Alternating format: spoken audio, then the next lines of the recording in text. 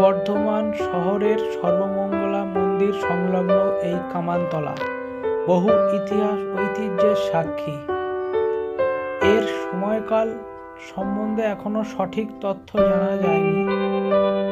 মূলত দীর্ঘ 6 ফুট দীর্ঘ লোহা দ্বারা নির্মিত এই কামান মূলত কথিত আছে যে অষ্টমী নবমী পুজোর সময় সন্ধ্যের দিকে যে পূজা অর্চনা এবং বলির যে শুভ সূচনা তা সকলকে জানান দেওয়ার উদ্দেশ্যে এখানে সন্ধ্যেবেলায় অগ্নিসংযোগ করা হতো এই কামানে।